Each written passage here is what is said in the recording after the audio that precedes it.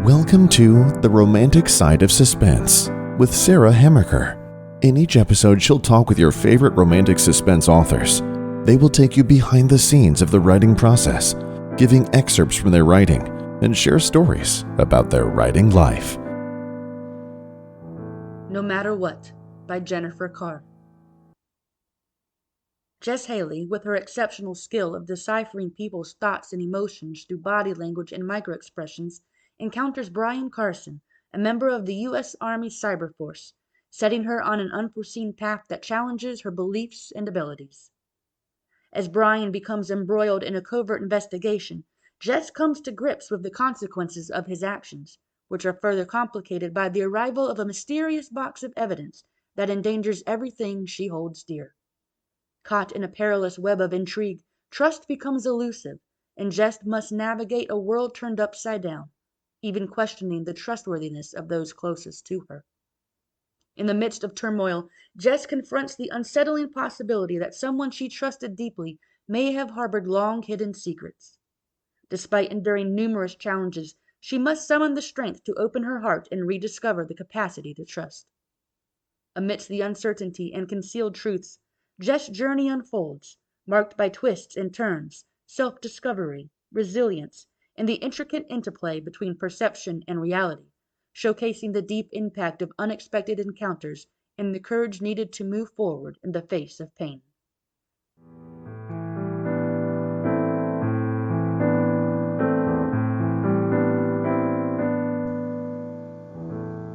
On this episode of The Romantic Side of Suspense, I'm thrilled to have Jennifer Carr with me. She's a wife, homeschooling mom, baker, part-time farmer, social media addict, and an avid reader. I don't know how, I'm guessing that you might sleep at night, but I'm not sure. So welcome to my show, Jennifer. It's optional. Thank you so much, Sarah. I'm excited to be here. No, I don't think sleep is optional. Yeah, if I could stay up later, I would, but my kids laugh at me because at 9:30, I'm like, I'm tired, I'm going to bed. And they're like, where's Mom? And it's terrible. I have teenagers. I'm glad my husband stays up later because he can handle any late night stuff. And I'm like, man, I'm just worn out. I'm like, just get me to bed. I only have the one kiddo, though, so it's probably different with a bunch of them, and she is 14, so she's kind of into that independent stage where I don't have to do as much, so I'm not as tired by the end of the day like I was maybe 10 years ago. Yeah, well, I've always been an earlier to bed person, which is terrible. I mean, even when I was a kid, I was like, yeah, 10 o'clock I'm tired, staying up till 11 was always hard. I mean, I don't know what it is. It's just the way my body's built. And so, well, yeah. You know what? You got to have night owls and you got to have early birds. And so, yeah. I wish I could say that I was an early bird, but I am not like get up at like 5 in the morning kind of a person. So, yeah, I'm just, yeah. Anyway, I try to pack a lot into the day, and I'm usually pretty good, but, let's talk about writing instead of sleep. So, okay. And romantic suspense. So, what is it about romantic suspense that you enjoy writing? Oh, my gosh. Well, I am a romance junkie. Like any kind of romance, I'm all about it. But if I was going to sit down and watch a show, I mean, it's always been a mystery, a murder, a crime, something like that. There's going to be something that needs solving. And so when I started writing, well, and, we can kind of talk about where the book idea came from, but I was having this dream. This girl she was working through some solving of crime. She was on the run, and I was like, ooh, how did that dream end? And so I started writing it, and I just really got into it, and I realized that writing romantic suspense is just as fun as watching it on TV, and so it kind of went from there. Yeah, I just, I too love, I love a good romantic story. I do, but sometimes I'll read the straight romances, and I'm like, okay, when's the danger coming? And why aren't they trying to solve a mystery? I think it's just I want.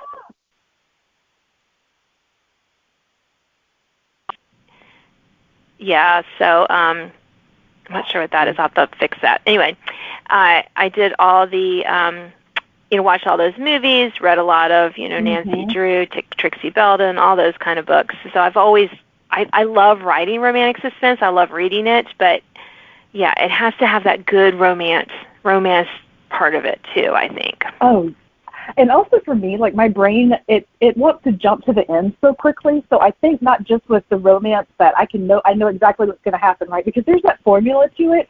But if I can get into the suspense side of things where it's like, okay, I know what's happening here, but what's happening over here, my brain is much more satisfied when it has multiple tracks to run down. So, and maybe that's just my ADHD kicking in when I read. I don't know.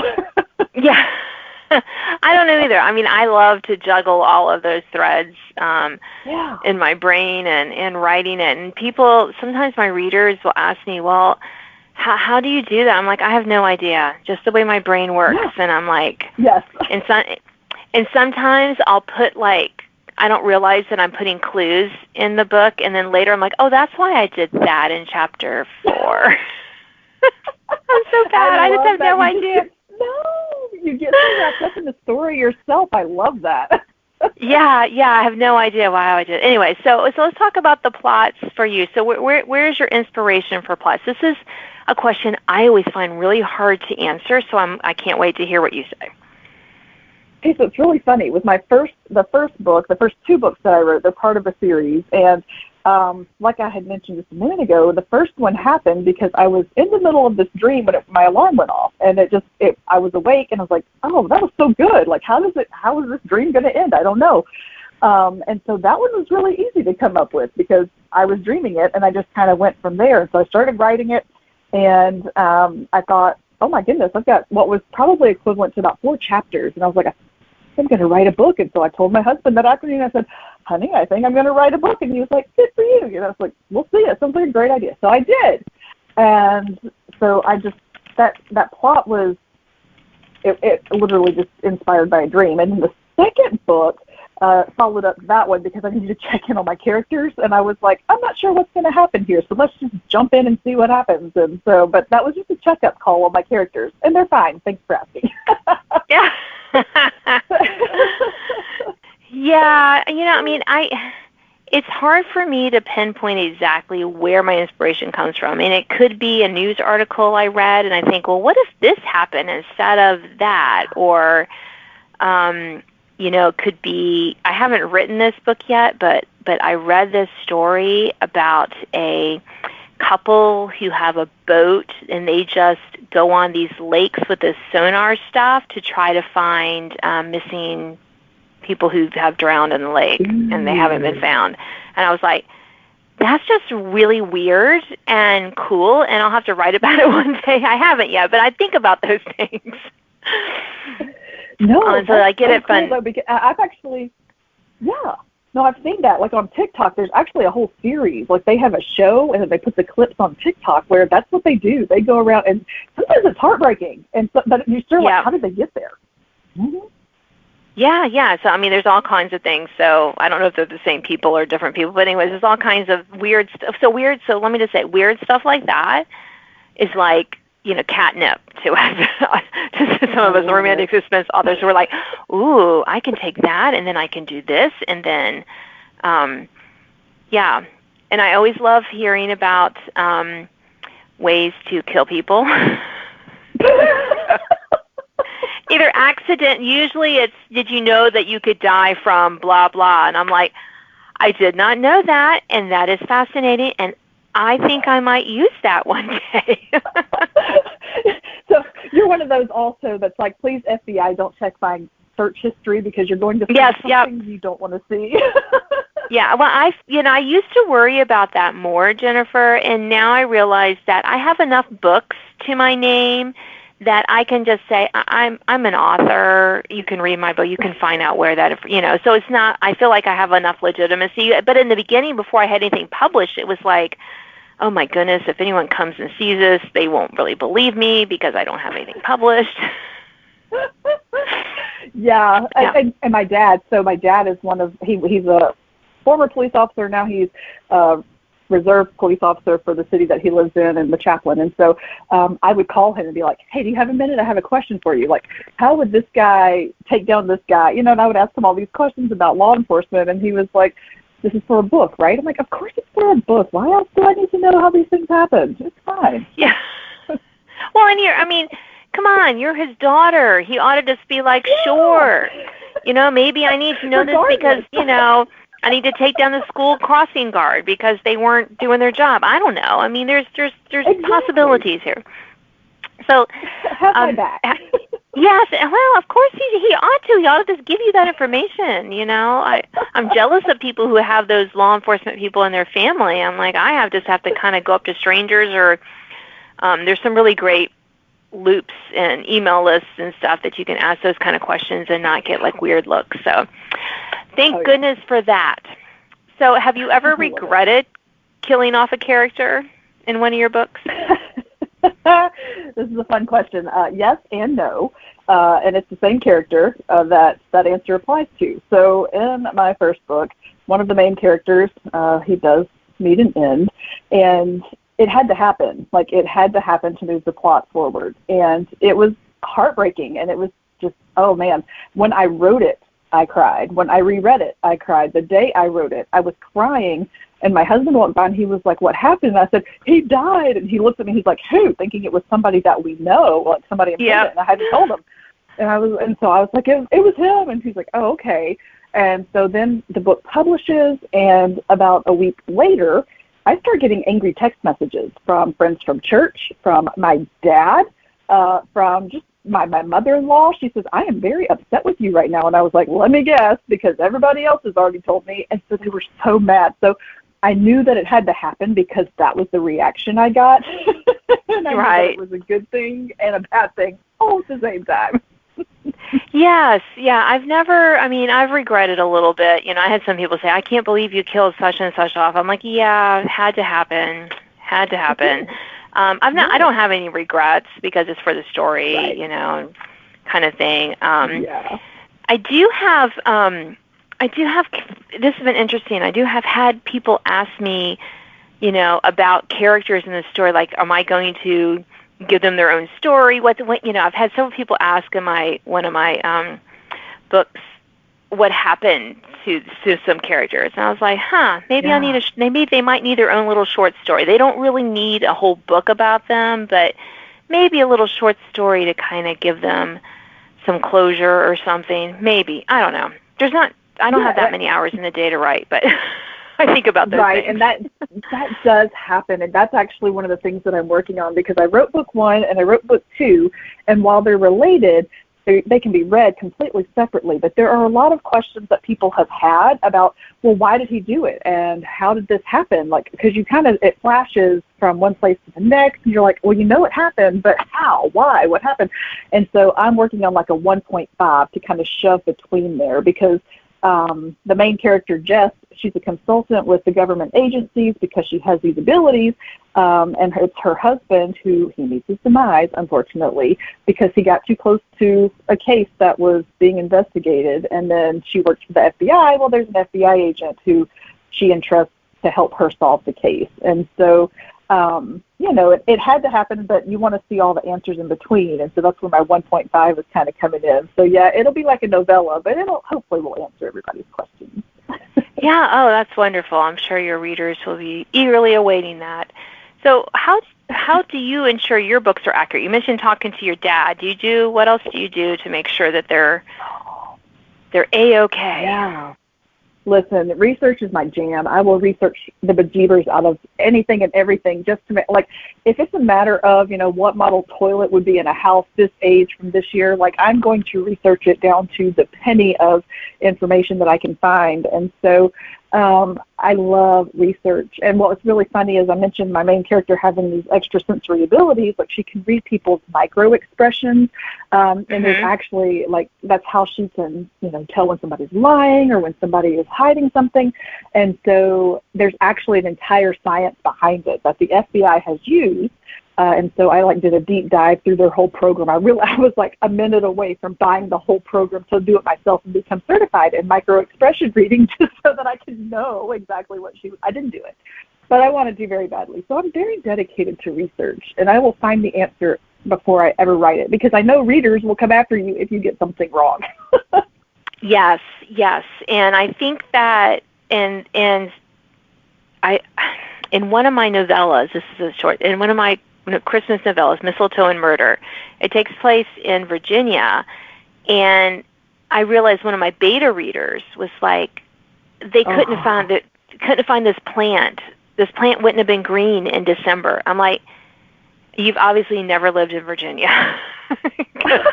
Yes, I've had 70-degree Christmases. The plant, and no hard freezes really until January. So this could happen. So I had to kind of weave in a small explanation because several of them were like, yeah, it was fine, but I just didn't believe that this, and it was kind of a crucial part. I needed the plant to be alive and green. So it was a little funny, and I just realized, sometimes depending on your location, you need to drop in. You don't want to be like info dump, blah, but you need to have a little bit of explanation if people aren't that familiar with the area to know that this is true. I noticed that happens. I feel like that happens a lot in like some Alaska books because they feel like they explain a little bit. Well, they don't get a lot of snow here because it's in this part of Alaska, so those kind of explanations I find very helpful. But to make it because it is accurate, but then if people don't think it's accurate, then see, and that's hard because you don't want to pull them out of the story, right? You don't want them to be yanked from their imagination, but at the same time you're like, but I know this is true, I know this is real, and so you have to find that balance, and it can be difficult sometimes. It definitely can. Well, this has been delightful to chat with you, Jennifer. So we're going to close with one final question. What do you wish readers know? Well, I can't even say the question. What do you wish readers knew about the romantic suspense genre? There are so many things, but I think the main one is that it doesn't have to be one or the other, and it can be heavy on one and not the other. Like, just because it's romantic suspense, you don't have to focus on the romance if you don't want to, and the suspense can be a little less if that's what you prefer. But I think as long as you're keeping the reader in the story, I think if you're a romantic suspense fan, you can be pretty happy with it. But you do have to keep people in the story. I think that's really hard when you are writing suspense because of those questions, like we were just saying. That there are some times, so get your information accurate. But it's not always romance. It's not always suspense. And if you'd like one more than the other, I'm sure there's an author out there for you, just waiting for you to pick up their book. Well, thank you so much for sharing today. I appreciate it, Jennifer. Thank you, Sarah. This was fun.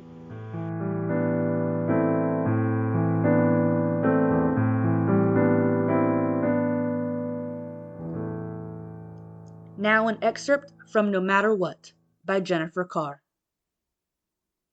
The music was loud and people were shoulder to shoulder, laughing, dancing, drinking, and trying to hear one another over the chaos. Stacy danced her way through the crowd, smiling and looking backward to make sure I was still close enough to follow her. Trying to make myself as small as I could, I followed uncomfortably as people constantly bumped into me. Once on the other side of the crowd, Stacy showed another bouncer the same card she'd shown at the front door. He pointed upstairs and gave directions to what turned out to be a private room. The room was spacious and dimly lit. There was a fully stocked bar to one side and a single round table in the center. There were several sleek leather couches on the walls, flanked by modern angular armchairs. The room was insulated from the noise and only allowed in the occasional thumps of a beat. My ears were ringing, so I appreciated the reprieve. Stacy pulled out her phone and sent a quick text and received an instant reply. She grabbed my arm and, sounding almost panicked, said, "He's coming. Do I look okay? How's my breath? Oh, Jess, you're just going to love him. I really think you will." I stifled a laugh and put a hand on Stacy's. She was humming with nervous energy. "Stacy, you have to calm down. You look amazing. Your breath is fine, and—" At that moment the door opened, and in walked a man who appeared to be in his early 30s. He had dark hair, hazel eyes, and a tanned olive complexion. Stacy let go of me and moved quickly to the man, kissing him on the mouth, then pulling him by the hand toward me. She introduced us. "Pete, this is Jess. Jess, Pete." Pete reached out his hand, and immediately, as his hand embraced mine, I felt it, the painful current that warned of danger. I tried hard not to, but I tensed. All my senses were on high alert. The ringing in my ears grew louder and my heart rate increased. The scent of his aftershave mingled with a hint of alcohol and mint turned my stomach. Before I could retract my hand and end the handshake, Pete had both of his hands around mine and was smiling at me. It is my pleasure to finally put a face with the name.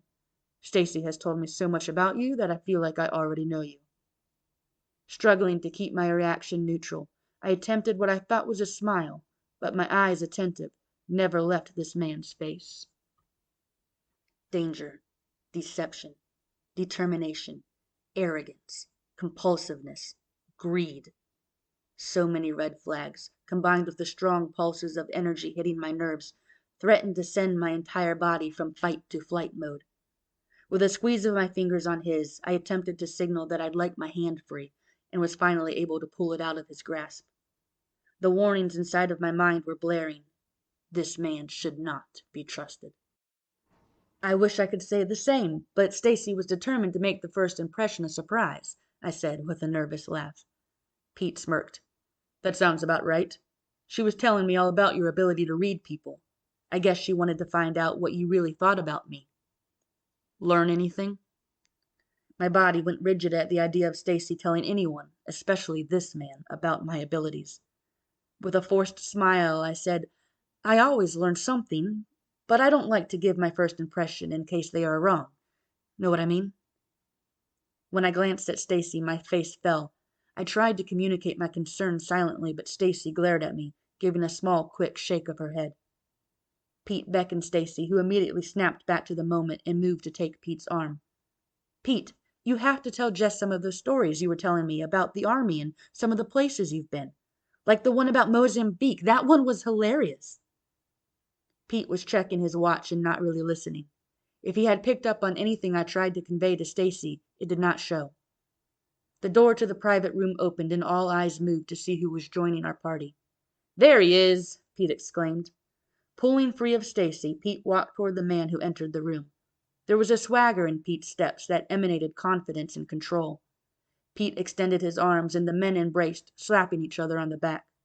"Brian, I would like to introduce you to Stacy." Brian dipped his head and shook her hand politely, causing Stacy to giggle. She was interrupted when Pete forced Brian's attention away from her to me. "And Jess." I extended my hand and braced myself for another jolt, but when Brian took my hand and squeezed gently, everything around us seemed to stop moving. "Hi," he said, with the most beautiful smile I had ever seen. He was tall, broad-shouldered, and clean-shaven. There was a dimple in each cheek that immediately caught my attention, increasing the squeeze that had started at my hand, but had quickly wrapped itself around my heart. To say my senses went into overdrive would be an understatement. These sensations, however, were different from anything I had ever felt. Instead of the electrical impulses in my spine that warned of danger, I was engulfed in a wave of warmth that seemed to radiate through and around me. This was new. "Hi," was all I could manage. Though I let go of his hand, our eyes stayed locked for another beat. Confidence, self-disciplined, thoughtful, warm. Thanks for listening to The Romantic Side of Suspense with Sarah Hammerker. If you enjoyed this episode, please leave a review. You can sign up to receive notifications of upcoming podcasts and listen to previous editions at sarahhammerkerfiction.com.